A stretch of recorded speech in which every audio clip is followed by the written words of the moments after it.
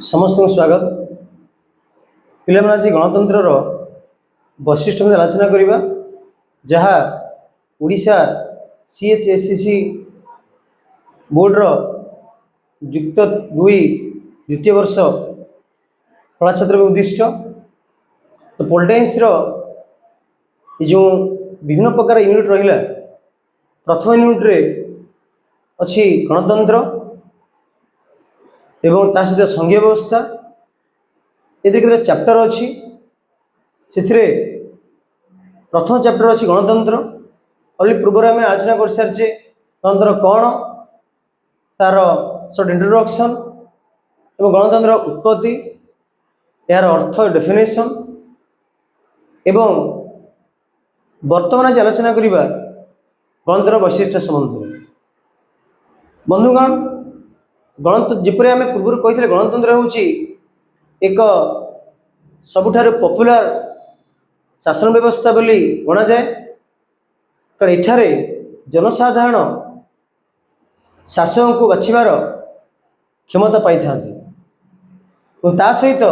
व्यक्तिर व्यक्तित्व विकास रे यही शासन व्यवस्था सहायक होता है। चलते आम जाना गणतंत्र क्यों क्यों प्रमुख वैशिष्ट्य गुड़िक अच्छी जार यार गुरुत्व को अधिक बढ़ाऊँ। प्रथम वैशिष्ट्य हूँ जनप्रिय सार्वभौमत्व। गणतंत्र गुरुत्वर वैशिष्ट्य हूँ जनप्रिय सार्वभौमत्व जब इंग्लीश रे कह जाए पॉपुलर सॉवरेनिटी। अर्थ हूँ जनसाधारण होती वास्तव क्षमतार केन्द्रबिंदु था वास्तव सार्वभौम अधिकारी तांकर जो सार्वभौम क्षमता निजर जनमत माध्यम भोट माध्यम परिप्रकाश करती और सरकार गठन में गुरुत्व भूमिका ग्रहण करता सहित जेहेतु गणतांत्रिक शासन व्यवस्था जनसाधारण इच्छा आकांक्षा गुरुत्व दे थाए तो एठारे जनसाधारण सार्वभौम देखा जाए जपरी भाव में रूसो कही गणतंत्र हूँ से सारे जो जनतार वाणी को ईश्वर वाणी सहित तुलना करा सहित श्रीमंत कहते गणतंत्र शासन व्यवस्था एपरी एक शासन व्यवस्था जो प्रत्येक व्यक्ति भाग रही तो यही दुईटी महान व्यक्ति गणतंत्र डेफिनेशन जना पड़ी निश्चित भाव में गणतंत्र जनप्रिय सार्वभौमत्व गुरुत्व दे था। द्वितीय समानता इक्वालिटी तो इंग्रेजी कह जाए इक्वालिटी कह जाए आईन दृष्टि समस्त समान था यदि कौन व्यक्ति भूल काम करेंगे से दंड मिली था। जाति धर्म वर्ण लिंग निर्विशेष समस्त मतदान प्रदान करें एक समानयुक्त समाज आम देखा पाई एवं तृतीय हूँ स्वाधीनता एवं न्याय। इठी प्रत्येक व्यक्ति को स्वाधीन मिलता है राजनैतिक मत प्रकाश करें हो निज मत उपस्थान करवा हो कि बिना कौन बाधा प्रतिबंधक व्यक्तित्व विकास हो सहित जो मैंने रहिले सामाजिक पछुआ वर्ग से सामाजिक न्याय मिलूँ जाति धर्म वर्ण लिंग विशेष सरकारी सुविधा जो हासिल कर गणतांत्रिक शासन व्यवस्था एक प्रमुख वैशिष्ट जहाँकि भारत को देखिए भारत संविधान DPSC को जीवा राष्ट्रनीति जीवा भारत एक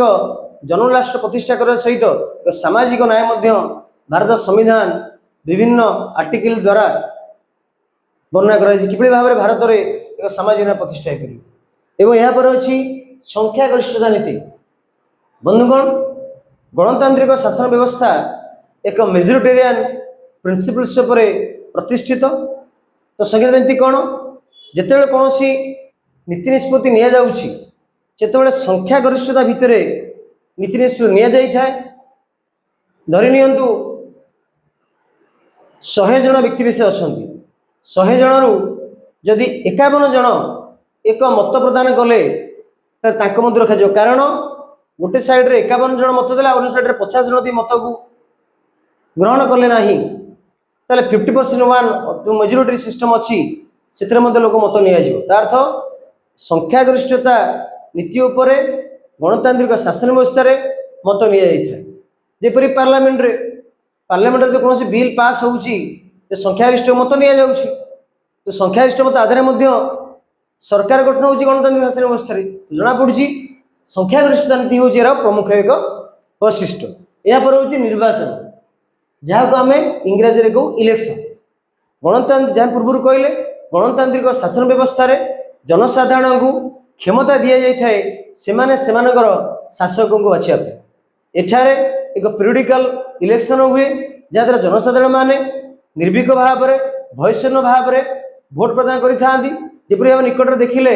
5 कोटी 4 कोटी राज्य और गोटे केन्द्र अंचल निकट निर्वाचन सरी जाइए उणा दिए केतुटी हिंसा हटिजी किंतु साधारण भाव में एक शांति भाव में निर्वाचन भारत में तो निर्वाचन हूँ एक माध्यम जहाद्वारा जनसाधारण शासक को बाछबारे एक सुजोग पाई था। तो प्रत्येक गणतांत्रिक राष्ट्र में निर्वाचन प्रक्रिया देखा मिलता है जहाद्वारा शासक निजर वंशानुक्रमिक नीति अनुसार शासन को तन हासिल कर लोक द्वारा निर्वाचित हो एक पपुलार भोट पाई शासन आदि अलंकृत करता। तो निर्वाचन एक प्रमुख वैशिष्ट हूँ गणतंत्र शासन व्यवस्था। यापर राजनीतिक दल मान उपस्थिति तो निर्वाचन जदि होउछि तो निश्चित भाव राजनीतिक दल उपस्थित रहिबो। तो राजनीतिक दल माने गणतंत्र मतलब देखियो पाई थाउ राजनीतिक दल माने जनसाधारण मध्य जनसचेतनता वृद्धि करिथांती। केतक सरकार विरोधी मत उपस्थान कला बेले केतक सरकार सपक्ष मत उपस्थान करथांती एवं व्यक्तिविशेष जनसाधारण मध्य एक राजनीतिक शिक्षा सचेतनता वृद्धि करिवारे राजनीतिक दल प्रमुख साहाय्य करथांती। विरोधी दल हिसाब से सरकार यदि कौन जनमंगलिक कार्य सरकार करूनी किंबा जनविरोधी कार्य करुच्ची विरोधी दल हिसाब से सरकार को तागिद करथांती जहाद्वारा सरकार मन इच्छा कार्य न करी एक एक जनमंगल कार्य करिथांती एवं जनसाधारण स्वार्थ को आगे रखी कार्य करिथांती। यापर देखिबा खोला आलोचना जैसे ओपन डिस्कशन साधारण भाव में गणतांत्रिक शासन देखियो पाई थाउ एक खोला तर्क वितर्क चली थाए जेपरि भाव में जेनु जीवा भारत संसद उभय विरोधी दल और शासक दल मत विनिमय भितर होता है तर्क वितर्क होता है और सेशन इतिहास पहुंचे जहाँकि भारत विकास क्षेत्र में अनेक सहायक होता है। ता सहित सरकार जदि कौन भूल कार्य करुच्ची जनसाधारण सरकार को समालोचना करि तो यही भाव में एक परिवेश मिलता है एक मुक्त परिवेश मिलता है खोला आलोचना करने गणतंत्र शासन व्यवस्था। यापर 8 नंबर सांविधानिक उपाय सरकार परिवर्तन जिते निर्वाचन होउची निर्वाचन निर्दिष्ट दल हार दल जितब उदाहरण स्वरूप गोटे दल सरकार चली तो निर्वाचन है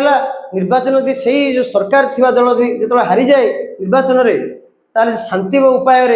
निज निज रिजाइन दे थाए एवं आगस्त नुआ दल जो सरकार गठन करता शांति रूप में क्षमता हस्तांतर करता। तो गणतांत्रिक व्यवस्था एक सांविधानिक उपाय शांतिपूर्ण भाव में सरकार परिवर्तन होता है। या पर जीवा 9 नंबर सहनशीलता जहाँ इंग्लिश में कहते टलरेन्स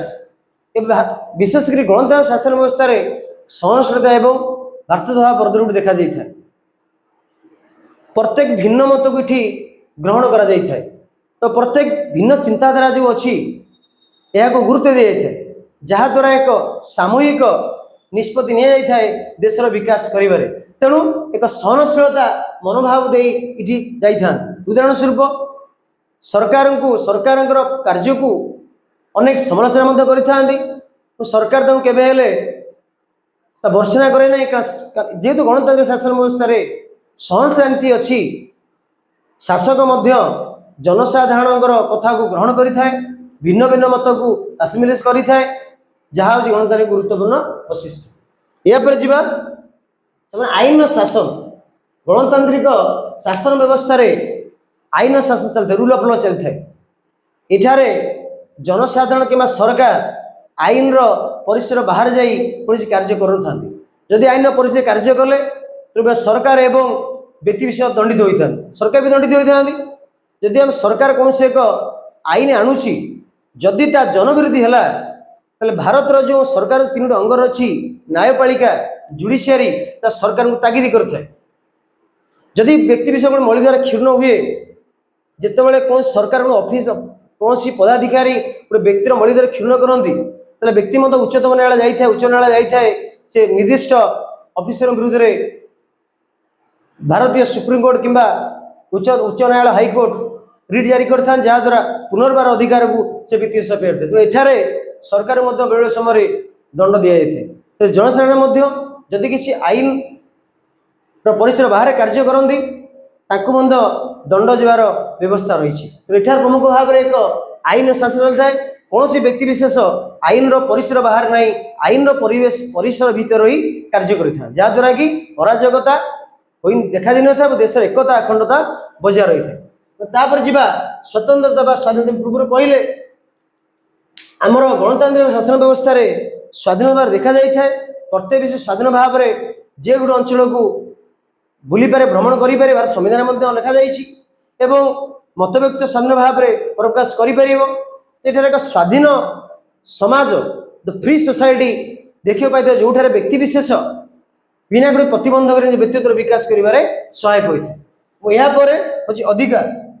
गणतांत्रिक शासन व्यवस्था रे व्यक्ति विषय अधिकार रही। जपरी अमेरिका रे बिल ऑफ राइट्स इंडिया रे अच्छी